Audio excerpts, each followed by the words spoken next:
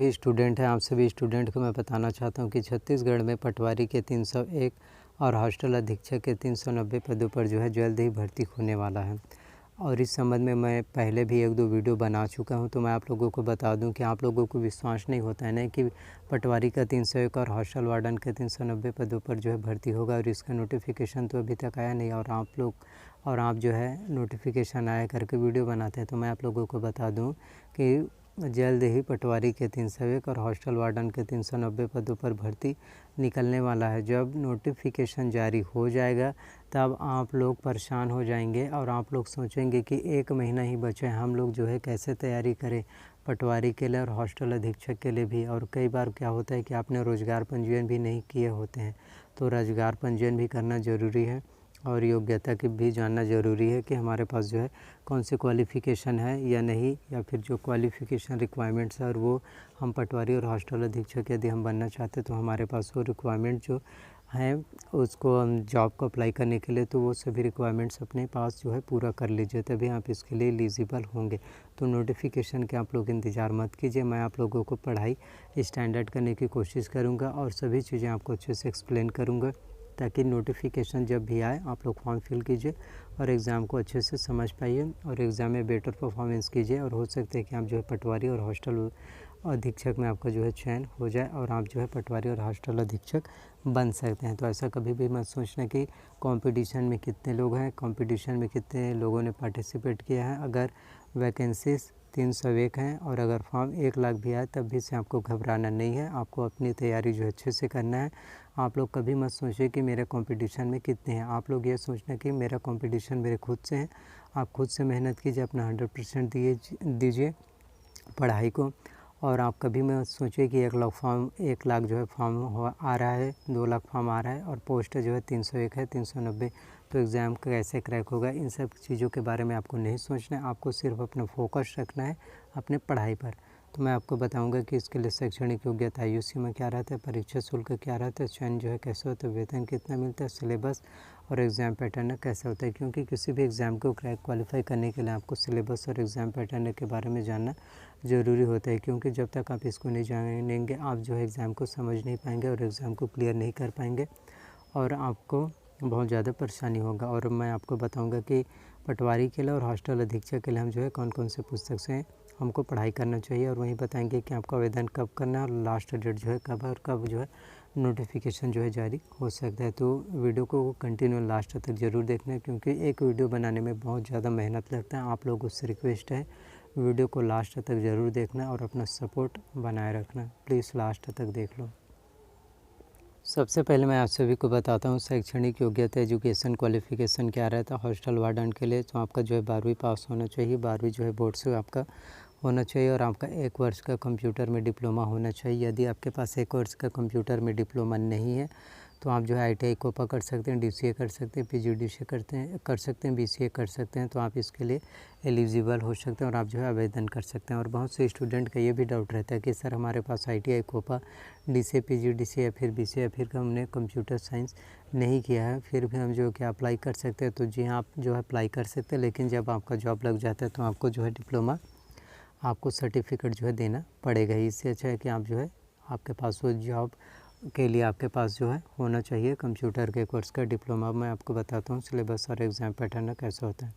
तो हॉस्टल अधीक्षक में कुल 150 प्रश्न पूछे जाते हैं, जो कुल 150 अंकों के होते हैं। एक प्रश्न के लिए 1 अंक होंगे।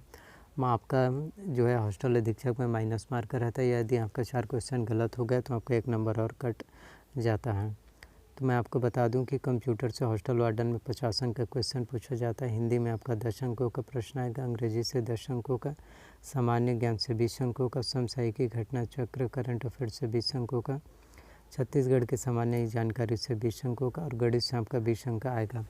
हॉस्टल अधीक्षक में ये सबसे ज़्यादा महत्वपूर्ण रहता है कंप्यूटर का। कंप्यूटर से 50 अंक का क्वेश्चन आता है, उसमें आपको 25 मार्क्स लाना अनिवार्य है, यही आपका सबसे ज़्यादा रहता है। तो कंप्यूटर के लिए भी आप परेशान मत होइए, और जो भी स्टूडेंट जो कंप्यूटर सीखना चाहते हैं, कंप्यूटर की पूरी नॉलेज पाना चाहते हैं, वो कमेंट कर सकते हैं, और सभी वीडियोस मैं आप लोगों के लिए बना दूंगा कंप्यूटर का। तो आपको इसमें 25 मार्क्स लाना अनिवार्य रहता है हॉस्टल वार्डन में। यदि आप 25 मार्क्स नहीं लाते हैं तो आप जो है आपका चयन नहीं हो जाएगा, आप डिसक्वालीफाई हो जाएंगे। अब बात करते हैं कंप्यूटर के सिलेबस में। तो कंप्यूटर से आपका किस किस टॉपिक के बारे में आपका क्वेश्चन जो है एग्ज़ाम में आ सकता है। तो कंप्यूटर का परिचय, कंप्यूटर का उपयोग, कंप्यूटर की सामान्य जानकारी, कंप्यूटर के प्रमुख भाग जैसे CPU, input device, output device की जानकारी, प्रिंटर के प्रकार, लेज़र एवं laser, jet printer, inkjet printer, सभी प्रिंटर्स की आपकी जानकारी, ऑपरेटिंग सिस्टम की जानकारी, MS ऑफिस में जैसे MS वर्ड हो गया, MS Excel, MS PowerPoint, MS Access की आपकी जानकारी होना चाहिए। इंटरनेट के बारे में आपको पता होना चाहिए, ईमेल्स के बारे में, search engines, web browser, shortcut keys जैसे Ctrl+Z, Ctrl+X, Ctrl+A और फुल फॉर्म, इन सब की जो जानकारी आपको जो है कंप्यूटर के होनी चाहिए, क्योंकि कंप्यूटर से 50 अंक आता है।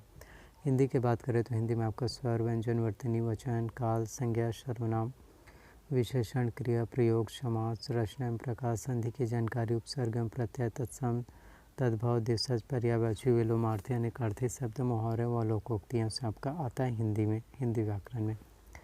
अंग्रेजी में आपका noun, pronoun, tense, voice, conjunction, modals, degree, question tag, article, preposition, narration, antonyms, synonyms, ये आपका इंग्लिश में आएगा। अब सामान्य ज्ञान में 20 अंकों का आएगा, समसामयिक घटनाक्रम में 20 अंकों का, और देश विदेश की घटनाएं, इंडियन वर्ल्ड करंट अफेयर्स और छत्तीसगढ़ की सामान्य जानकारी, गणित, ये सभी आपका जो है सिलेबस और एग्ज़ाम पैटर्न रहा। इन सब से आपका क्वेश्चन आता है आपके एग्ज़ाम में। अब मैं आपको बताता हूँ पटवारी का सिलेबस जो है कैसा रहता है। तो पटवारी में आपका हिंदी से 10 अंकों का क्वेश्चन आता है, अंग्रेजी से 10 अंकों का, कंप्यूटर से 20 अंकों का, गणित से 30 अंकों का, सामान्य मानसिक योग्यता जनरल मेंटल एबिलिटी से 15 अंकों का, सामान्य ज्ञान से 35 अंकों का, समसामयिक घटनाक्रम करंट अफेयर से आपका 15 अंकों का क्वेश्चन आता है, छत्तीसगढ़ की सामान्य जानकारी से 15 अंक का।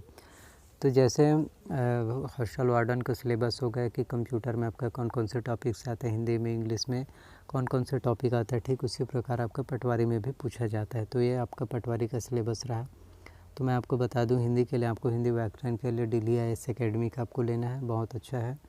और इस इंग्लिश के लिए आपको इसेंशियल इंग्लिश रश्मि श्री दिशा पब्लिकेशन की आपको लेना है। और कंप्यूटर के लिए आपको परीक्षा मंथन कंप्यूटर एक परीक्षा लेना है, वो बुक जो है बहुत अच्छा है कंप्यूटर के लिए। और छत्तीसगढ़ की सामान्य जानकारी के लिए जो है आप हरिराम पटेल सर का छत्तीसगढ़ विशिष्ट अध्ययन ले सकते हैं, वो बुक जो है बहुत अच्छा है, क्योंकि उसमें छत्तीसगढ़ के सभी नॉलेज जो है दिया रहता है। और इंडियन हिस्ट्री के लिए आप जो है प्रतियोगिता सारांश ले सकते हैं, टूटेजा ट्यूटोरियल्स का बहुत अच्छा बुक है। Current affairs, CG current affairs के लिए आप विकास परक का मासिक पत्रिका और जो है जूना का करंट अफेयर्स ले सकते हैं, दोनों ही बुक बहुत अच्छा है। और इंडियन वर्ल्ड करंट अफेयर्स के लिए आप जो है प्रतियोगिता दर्पण जो मंथली मैगजीन रिलीज़ होता है वो आप ले सकते हैं। और रीजनिंग के लिए आप जो है डॉक्टर RS अग्रवाल का ले सकते हैं।